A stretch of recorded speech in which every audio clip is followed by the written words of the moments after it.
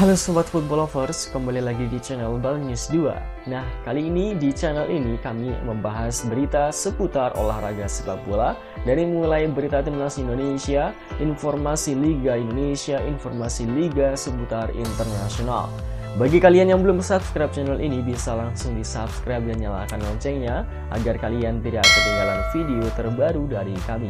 Baiklah, langsung saja kita masuk ke video pembahasannya.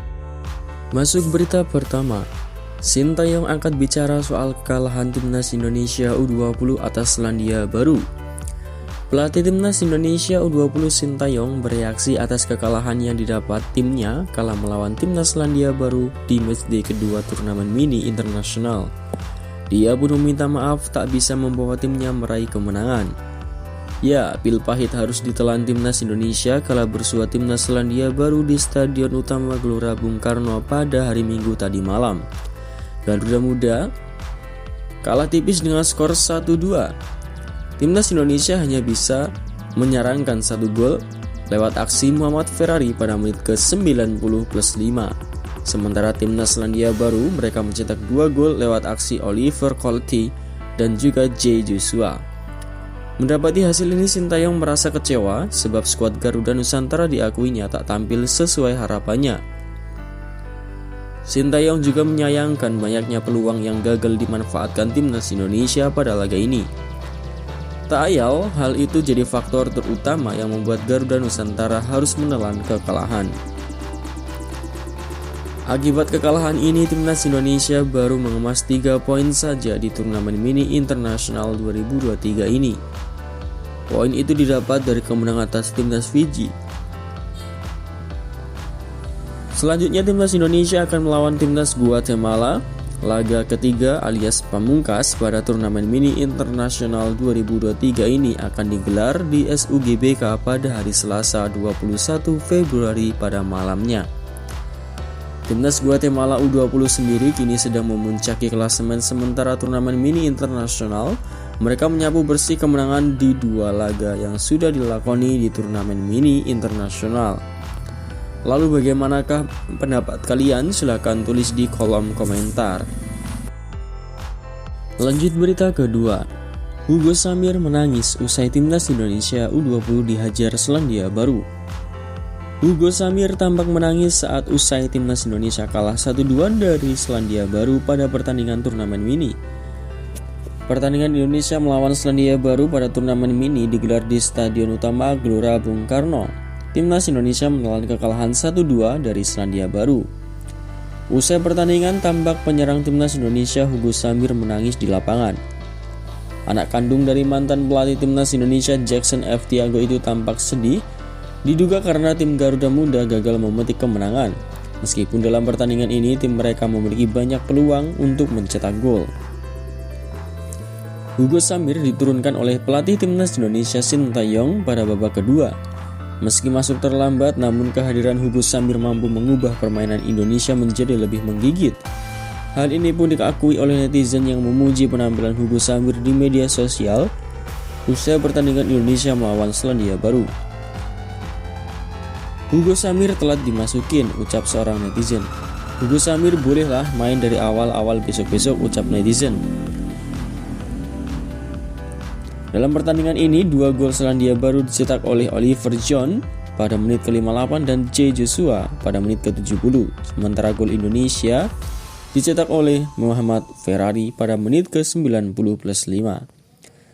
Lalu bagaimanakah pendapat kalian? Silahkan tulis di kolom komentar. Lanjut berita ketiga, reaksi netizen. M. Ferrari baru join langsung cetak gol, nggak butuh TC jangka panjang.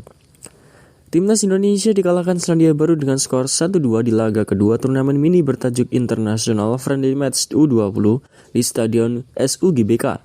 Kekalahan ini jadi sebuah pelajaran berarti bagi timnas Indonesia.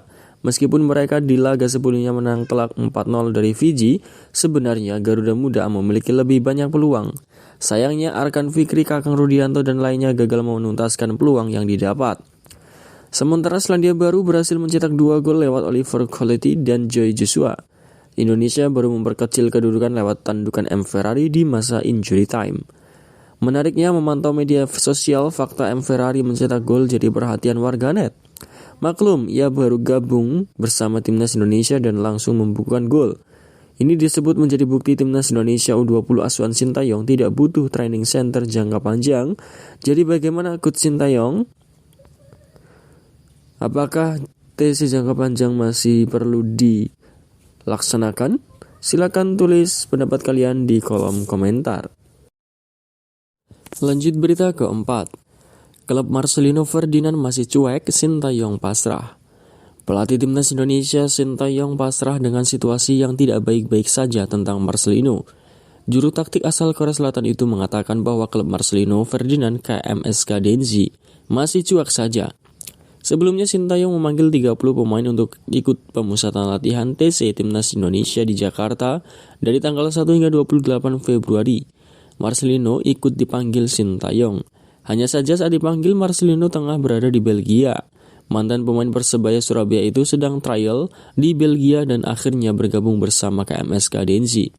Sampai saat ini hanya tinggal Marcelino yang belum bergabung.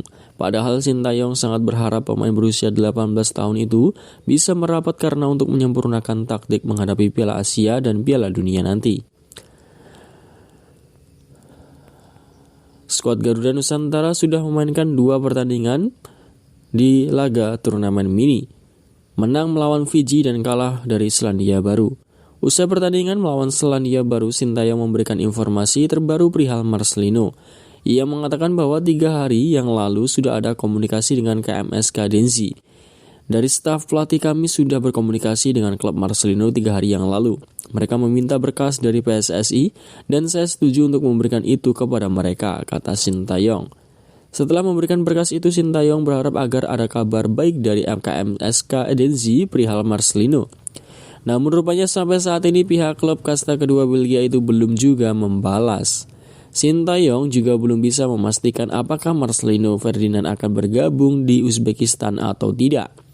Saat ini fokusnya mempersiapkan taktik permainan tanpa Marcelino. Adapun Piala Asia nanti akan digelar di Uzbekistan pada tanggal 1 hingga 18 Maret 2023. Lalu bagaimanakah pendapat kalian? Silakan tulis di kolom komentar.